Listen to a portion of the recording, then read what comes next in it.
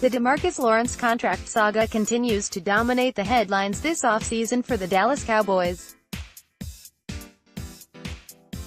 While both sides appear to still be far apart on a new deal, many believe that it's just a matter of time before a new agreement is reached.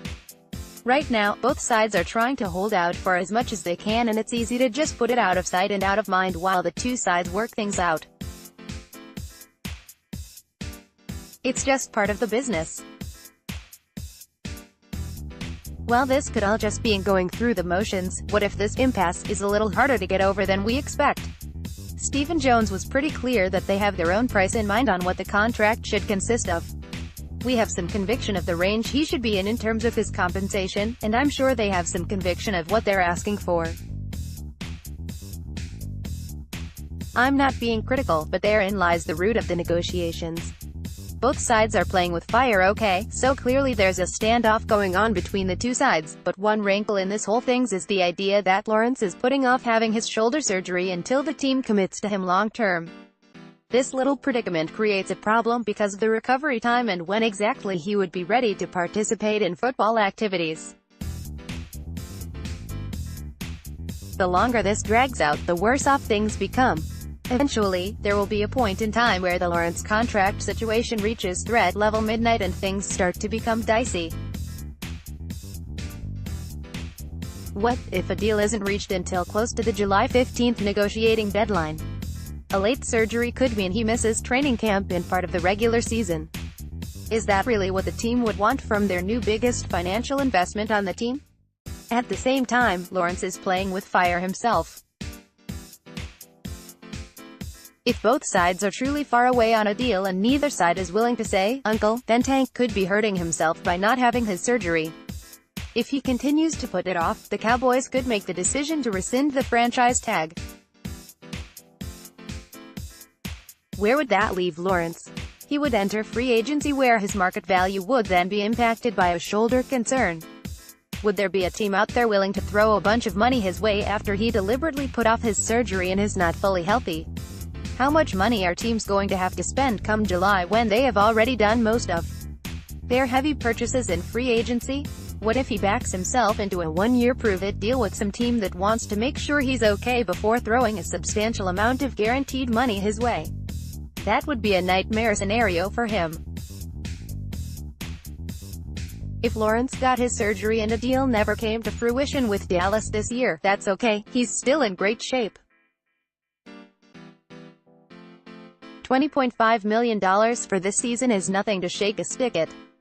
Plus, he would have an insurmountable amount of leverage next offseason if he put together another strong year. There is no way the Cowboys could tag him again, as it would run them nearly $30 million for the 2020 season. Tank could just fold his arms and hit the free agent market, where the asking price for elite pass rushers would be even more expensive than it is now. If the Cowboys did rescind the tag and lost Lawrence, it would be a huge loss for the team, as they would then be without their most disruptive player, but it would also be a huge loss for Tank. Lawrence is risking losing out on a lot of money if he continues to drag this out. The contingency plan: the Cowboys have helped their situation this offseason by adding some talent at the defensive end position. They traded for former All-Pro Robert Quinn, who is a reliable pass rusher.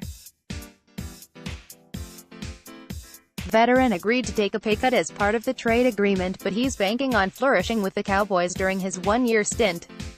If Quinn had a strong year in Dallas, the team could choose to retain him at a much cheaper cost than what it would take to re-sign Lawrence.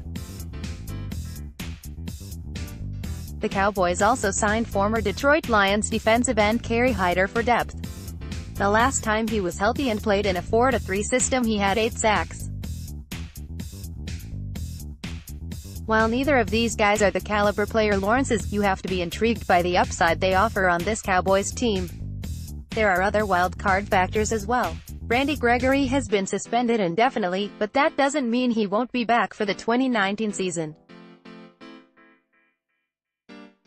The team continues to show support for him as he goes through his ordeal. Who's to say the team doesn't re-sign him to a cheap incentive-laced deal built around availability? Would Gregory be more willing to agree to a cheaper deal considering this organization has never gave up on him and continues to do everything they can to help him? It's risky, but Gregory is still a talented player, and should he ever put himself back on the right track, he can be a legitimate force on the defensive line. The team also has their last 2 defensive end draft investments on the roster on cheap rookie deals. Taco Charlton is a first-round draft pick that hasn't lived up to his potential, but will that ever change? Durance Armstrong was a great bargain for the team in the 4th round last year, but how much improvement will he show in year 2? These are 2 unproven players, but all it takes is for the worm to turn with one of these guys and the team suddenly has additional pass rush talent. The Cowboys also have the upcoming draft to find talent as well. Defensive end isn't off the table for pick 58, and they already have 1 second-round prospect, Jalen Ferguson, scheduled for an official pre-draft visit. Then there is a lot of hype building up for Zach Allen as a possible pick for the Cowboys. NFL draft analyst Jonah Tools says, Zach Allen is my Le'Veon Vander this year. I'm all in. Would using their top draft resource on another edge rusher change their defensive end situation? Should the Cowboys continue to be patient and wait this thing out another month to at least see what things look like until after the draft? Maybe Team Lawrence drops their asking price by then. This is not to say that the Quinn trade or even selecting a defensive end early in the draft are moves designed to replace Lawrence, but they are moves designed to help improve the pass rushing group as a whole. Before the trade went down, Jones stated they were working on some things, and presto, here comes Quinn. I think we've got work to do there. As I said, we're not finished yet. Jones said, we have some things in the mix we're working on that may address that situation. We'll just see how those proceed. Nobody wants to see this Cowboys team without Lawrence, but if things don't progress soon, would the front office be willing to pull the plug?